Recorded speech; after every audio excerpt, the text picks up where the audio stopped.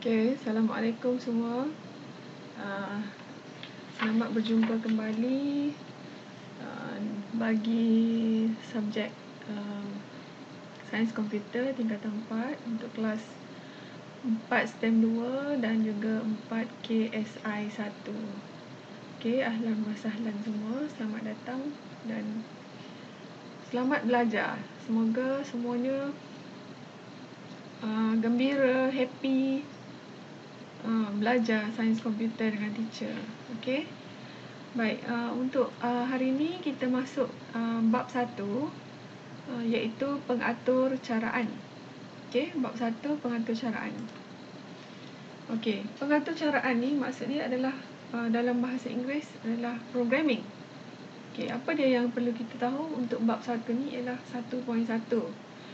Strategi penyelesaian masalah. Okey, itu keperluan penyelesaian masalah yang berstrategi. Apa keperluan dia? Okey, mengapa kita perlu strategi dalam penyelesaian masalah? Pertama adalah untuk membantu pengembangan sesuatu konsep. Okey, membantu pengembangan sesuatu konsep. Maksudnya melalui langkah-langkah penyelesaian masalah itu, maka kita akan dapat membentuk konsep asas dalam sesuatu masalah. Okey, yang kedua ialah meningkatkan kemahiran berfikir. Okey, kemahiran berfikir ni maksudnya dapat merangsang pertumbuhan sel dan jalur saraf baru dengan meningkatkan kemampuan berfikir dan juga fungsi otak secara keseluruhan. Yang ketiga, mewujudkan komunikasi dua hala. Maksudnya bila ada masalah, kita berbincang untuk memilih strategi yang sesuai bagi menghasilkan komunikasi secara berkesan. Maknanya ada wujud dua hala, tidak sehala je. Maknanya suara yang kecil, orang lain tak dengar. Kalau dua hala ni, dua-dua berbincang. Okey, yang akhir sekali ialah menggalakkan pembelajaran kendiri. Ni maksudnya kita membuat pembelajaran yang berkonsepkan belajar atas daya usaha sendiri. Sebab apa? Sebab untuk membina pengalaman dan pengetahuan baru. Jadi, mengapa kita perlu strategi dalam penyelesaian masalah? Ada 4 semua. Okey. Dicuba balik, membantu pengembangan sesuatu konsep, meningkatkan kemahiran berfikir, mewujudkan komunikasi dua hala dan menggalakkan pembelajaran kendiri. Baik. Untuk ini juga kita juga perlu tahu 4 teknik pemikiran computational. Semua ni kalau pelajar ASK dia dah belajar dah. Cuma perbezaannya untuk pelajar SK dia ada satu lagi iaitu algoritma. Dia tak belajar pengitlakan. Kalau masa form 1 pelajar-pelajar ASK dia ada teknik leraian, pengencaman corak, peniskalaan dan pengitlakan. Tapi untuk form 4, untuk tingkatan 4, kita tukar pengitlakan tu kepada algoritma. Benda sama saja. Baik, untuk pelajar-pelajar yang bukan ASK, tak apa, jangan bimbang sebab teacher akan terangkan satu persatu. Super je. Sebab awak jangan kata awak bukan pelajar ASK, so awak tak tahu gaul. No. Sebab sebelum ni, pelajar 2017, 18, 19, 2020 bukan pelajar ASK. Semuanya daripada kosong. Tapi okey je, dapat A je. Okey, boleh ikut, boleh buat programming, boleh buat coding, boleh buat. Jadi yang penting kita kena rajin je. Cuma bagi pelajar ASK dia bonus lah sebab dia dah belajar dah. Dan dia juga kena ajarlah pelajar-pelajar yang bukan ASK menjadi guru muda. Gitu Jadi jangan kedekut ilmu. Jadi kena sama-sama belajar. Barulah wujud strategi tadi yang teacher ayat tadi. Keperluan penyelesaian masalah berstrategi tadi. Okey, kita tengok teknik leraian. Teknik leraian ni maksud dia kita pecahkan masalah kepada bahagian-bahagian kecil. Contohnya basikal ke? Basikal, contoh dia bagi sini dalam buku teks awak ada basikal dan kita pecah-pecahkan dia. Pecah kepada handle, bahagian depan, kemudian pada roda dan bahagian kayu head, bahagian mengayuh. Jadi dekat handle tu pula pecah pula ada tempat menggear, ada brake, lepas tu ada loceng. Kemudian dekat roda tu ada lidi tu, lepas tu ada tayar. Kemudian dekat yang tempat kita kayuh tu ada pedal, lepas tu ada rantai. Maksudnya kita pecahkan bahagian-bahagian besar kepada bahagian-bahagian yang lebih kecil. Kita bahagikan masalah-masalah kepada bahagian yang lebih kecil dan terkawal supaya mudah kita faham. Okey. Kemudian teknik yang kedua ialah teknik pengecaman corak. Teknik ni kita mencari persamaan corak. Antara masalah-masalah tu, kita tengok apa corak dia, apa persamaan dia. Contoh di sini basikal. Ada basikal yang ada 2 roda kecil, ada handle, ada bakul. Ada juga basikal yang mempunyai roda yang besar. Lepas tu handle bercermin serta ada pedal dan ada rangka yang berwarna merah. Kemudian ada juga basikal yang roda handle yang melengkung, pedal dan rangka yang berwarna hijau. Jadi dengan mengikut corak ini, maka dengan mengikut corak dan mengabaikan ciri-ciri spesifik, maka kita dapat menyelesaikan masalah tentang basikal. Okey. Jadi maksudnya kalau pengecaman corak ni kita kenal pasti persamaan. Okey, persamaan antara setiap masalah. Tengok apa persamaan dia. Kemudian teknik yang ketiga ialah teknik peniskalaan, iaitu teknik yang menjana penyelesaian yang tepat kepada masalah. Maksudnya kita menghasilkan ciri-ciri umum dan spesifik bagi setiap bahagian masalah untuk dijadikan model rujukan. Contohnya di sini, basikal yang mula-mula tu ada roda, lepas tu ada handle, kemudian ada pedal. Jadi maka lahirlah sebuah basikal. Jadi model dia ialah, model basikal tadi mewakili perwakilan masalah ataupun idea yang umum yang kita nak selesaikan. Jadi model basikal terhasil selepas kita buat teknik peniskalaan. Hasillah basikal yang ada handle, ada roda, ada pedal. Okey, boleh berharap. Jadi teknik peniskalaan ni kita menjanakan masalah, mencari ciri-ciri umum dan spesifik. Kemudian teknik yang akhir sekali ialah teknik algoritma.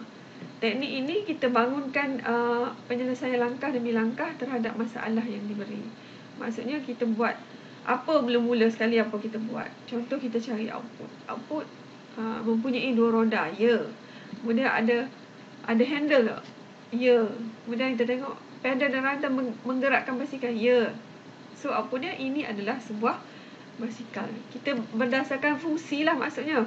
Kita buat sudukut bagi masalah fungsi sebuah basikal.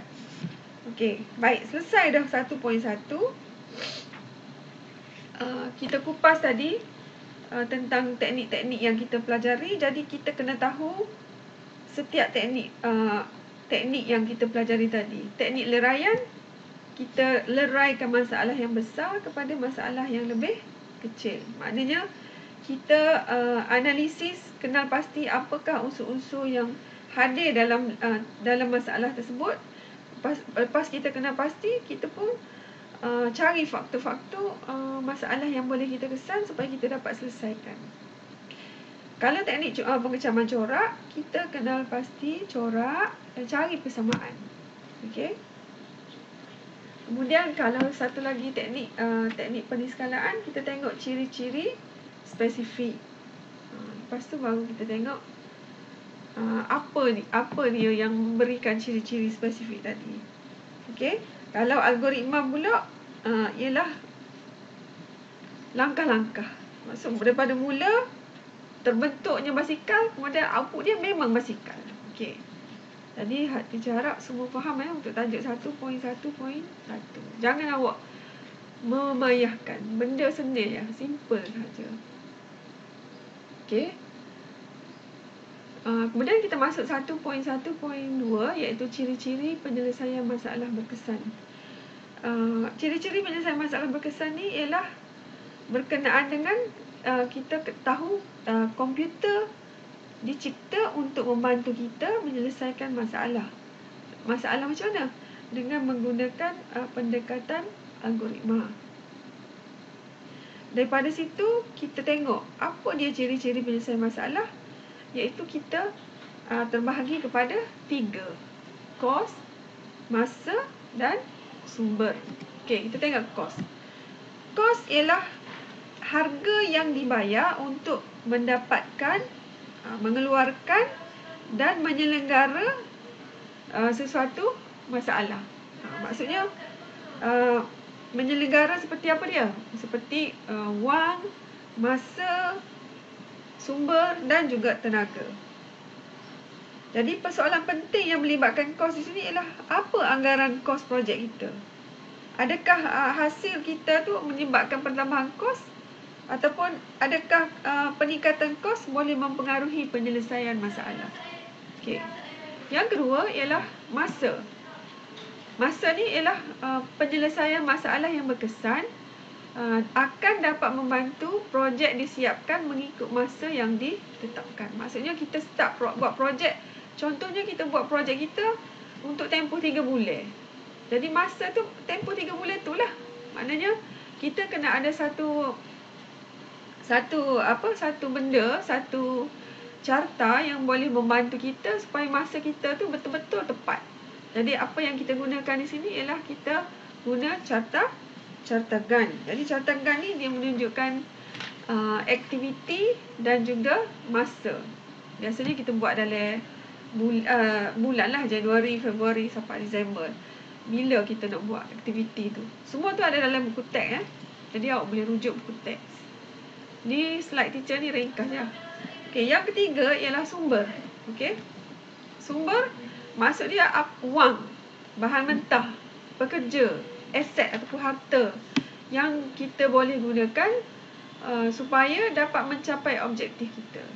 Objektif kita tu berdasarkan kepada sumber keuangan, sumber manusia dan sumber teknologi. Jadi sumber ni diperlukan sebab apa? Sebab untuk menghasilkan pendapatan dan perkhidmatan. Kalau kita membazir sumber, maka perancangan dan pelaksanaan kita untuk menyiapkan sesuatu projek tu akan gagal lah, akan lebih tempoh lah. Okay? Jadi sumber ni mempengaruhi masa pelaksanaan. Dan kalau kita tak jaga sumber, maka dia akan menjejaskan produktiviti. Jadi untuk meningkatkan penggunaan sumber, kita mestilah memantau jadual pelaksanaan sumber. Lepas tu kita laksanakan berdasarkan keperluan. Maknanya hak mana penting tu kita bui dulu. Okey. Yang tak berapa penting tu kedia-kedia. Okey. Okey, kita teruskan dengan 1.1.3. Jadi untuk tajuk yang tadi awak rujuk buku teks lah, baca buku teks dan buat nota. Kalau tak faham juga boleh tanya teacher melalui Telegram lah. Tanya melalui grup Telegram dah. Okey. Yang 1.1.3 ni adalah proses penyelesaian masalah. Apa proses penyelesaian masalah? Kita ada 8 proses. 8 proses. Pertama sekali ialah kumpul dan analisis data. Kita akan kumpul data, kita buat analisis. Apa maklumat yang kita nak tahu? Apa yang kita nak selesaikan? Okey, untuk kumpul dan analisis data ni, apa maklumat?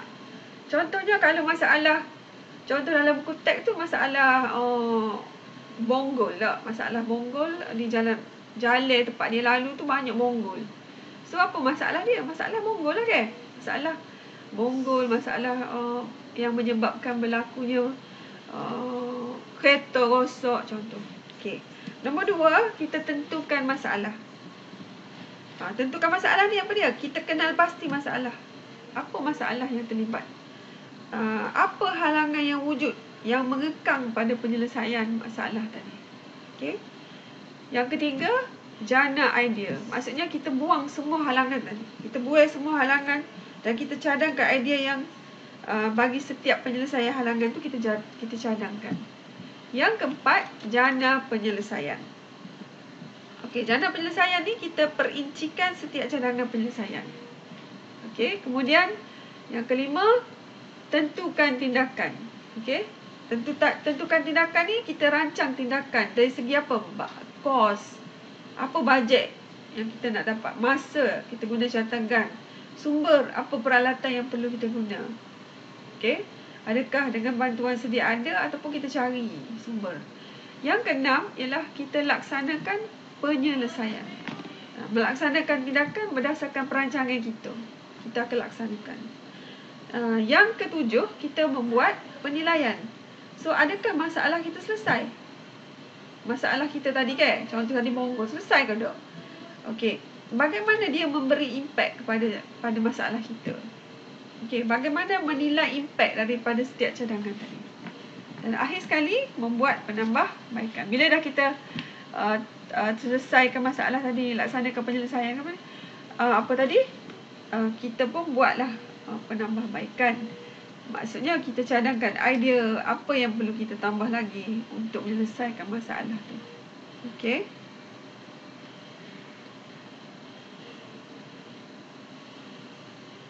Jadi teacher harap boleh faham deh. Kalau tak faham, rujuk buku teks.